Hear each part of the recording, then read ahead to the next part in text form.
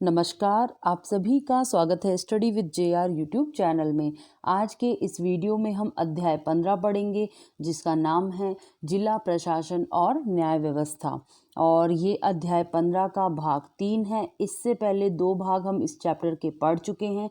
यदि आपने उनकी वीडियोस नहीं देखे हैं तो उसका लिंक आपको नीचे डिस्क्रिप्शन में मिल जाएगा, वहाँ पर आप देख लीजिएगा। इसके साथ ही साथ जैसा कि आपको पता ही है कि हमारे इस चैनल पर माध्यमिक शिक्षा बोर्ड की आरबीएससी की किताब के सामाजिक विज्ञान की जो किताब है एसएसटी की, इसके अध्याय पढ़ाए जा रहे हैं। और अब तक हमने टोटल 14 चैप्टर्स पढ़ भी लिए हैं। 14 चैप्टर हम पढ़ चुके हैं। यदि आपने ये चैप्टर्स भी नहीं देखे हैं तो इसका लिंक भी आपको नीचे डिस्क्रिप्शन में मिल जाएगा, आप वहाँ से देख लीजिएगा। आपके एग्जाम में काफ़ी हेल्पफुल होंगे। इसके अलावा और भी कई वीडियोज़ हैं, उनके लिंक भी आपको डिस्क्रिप्शन में दिए गए हैं, तो वो आप देख लीजिएगा।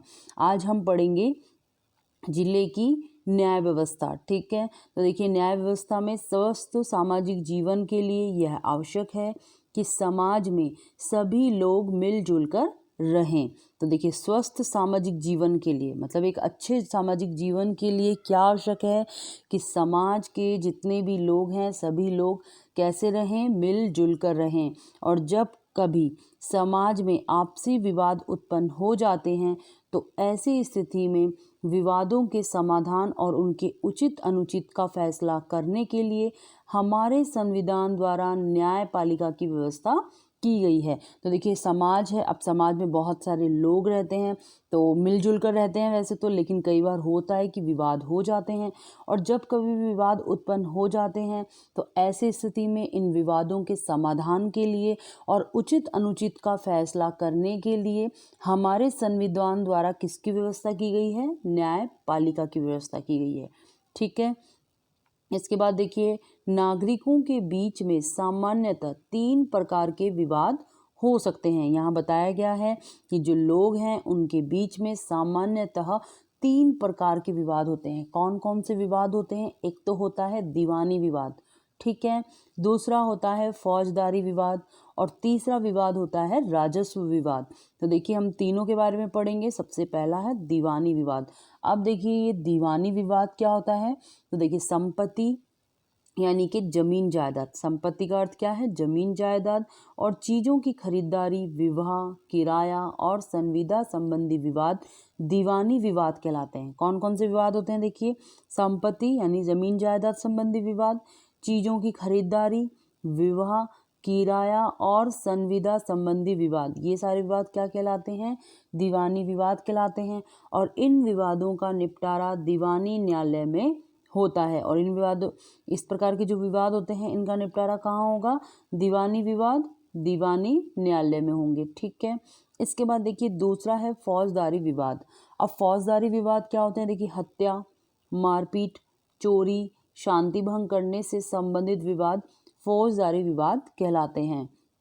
तो देखिए, फौजदारी विवाद कौन से विवाद होते हैं? हत्या करना, मारपीट, चोरी और शांति भंग करना, ये सारे विवाद किस में आएंगे? ये सारे विवाद आएंगे फौजदारी विवाद में। और इन विवादों की सुनवाई फौजदारी न्यायालय में होती है। और इस प्रकार के जो विवाद होते हैं इनकी सुनवाई कहाँ होती है? फौजदारी न्यायालय में होती है। ठीक है, इसके बाद देखिए, तीसरा विवाद है राजस्व विवाद। अब देखिए, इसमें कौन कौन से विवाद आएंगे राजस्व विवाद में?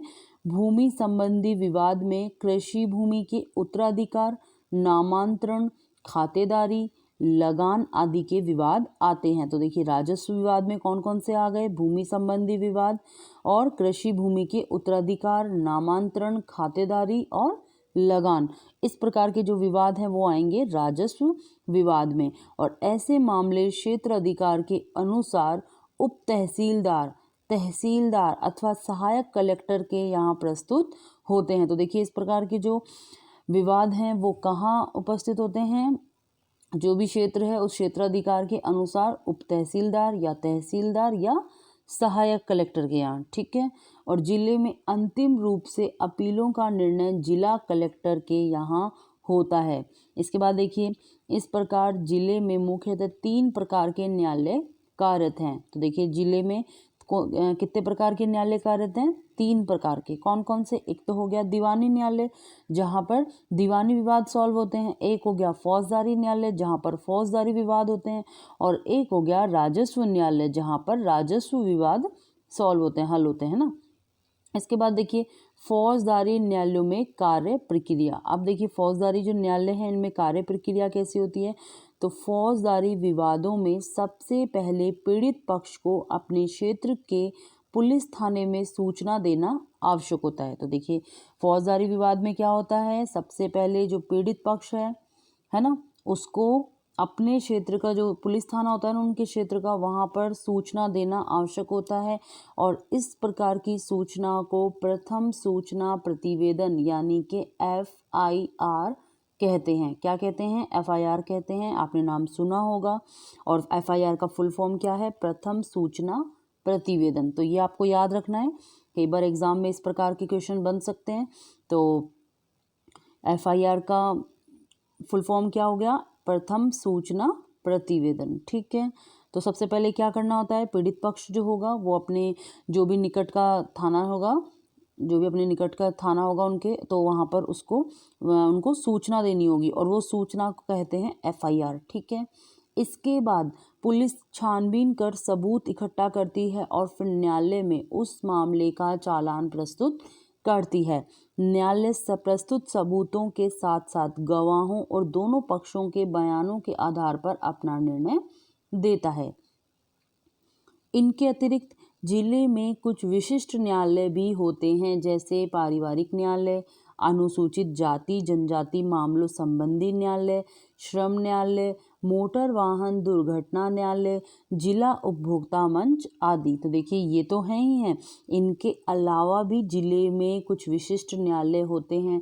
और वो विशिष्ट न्यायालय कौन कौन से हैं? पारिवारिक न्यायालय, अनुसूचित जाति जनजाति मामले संबंधी न्यायालय, श्रम न्यायालय, मोटर वाहन दुर्घटना न्यायालय और जिला उपभोक्ता मंच। ठीक है। इसके बाद देखिए लोक अदालत। नेक्स्ट टॉपिक है लोक अदालत। अब देखिए लोक अदालत में क्या बताया गया है कि न्यायालय से बाहर आपसी समझाइश के द्वारा विवादों को समाप्त करवाने के लिए हमारे देश में लोक अदालत की व्यवस्था की गई है। तो देखिए लोक अदालत की व्यवस्था क्यों की गई है? ताकि न्यायालय से बाहर यानी कोर्ट से बाहर आपसी समझाइश, मतलब समझा कर अगर विवाद को समाप्त कर दिया जाता है, जो भी विवाद है वो अगर समझाइश के तौर पर अगर विवाद समाप्त हो जाता है, तो इसके लिए न्यायालय से बाहर यानी कोर्ट से बाहर होगा ये मामला, सुलझ जाता है। तो इसके लिए व्यवस्था की है, हमारे देश में व्यवस्था की गई है लोक अदालत की। ठीक है। प्रत्येक जिले में एक स्थायी लोक अदालत होती है, मतलब जितने भी जिले हैं ना, तो सब जिले में एक स्थायी लोक अदालत होती है तथा निर्धारित कार्यक्रमानुसार लोक अदालतों को स्थानीय स्तर पर भी लगाया जाता है। इसके अंतर्गत न्यायाधीश उस क्षेत्र के प्रमुख व्यक्तियों के सहयोग से विवादग्रस्त पक्षों के मध्य समझौता यानी कि राजीनामा करवाकर विवाद का स्थायी समाधान करवाते हैं, जो न्यायालयों को मान्य होता है। तो देखिए इसमें क्या होता है कि न्यायाधीश जो होते हैं उस क्षेत्र के प्रमुख व्यक्तियों के सहयोग से जो विवादग्रस्त पक्ष है ना, उनके मध्य क्या करवाते हैं? राजीनामा करवाते हैं, है ना, उनको समझाकर, और विवाद का स्थायी समाधान करते हैं, जो कि न्यायालय को मान्य होता है। इससे आपसी कटुता दूर हो जाती है तथा सस्ता और त्वरित न्याय प्राप्त होता है। राजस्थान में लोक अदालतें बहुत लोकप्रिय हैं।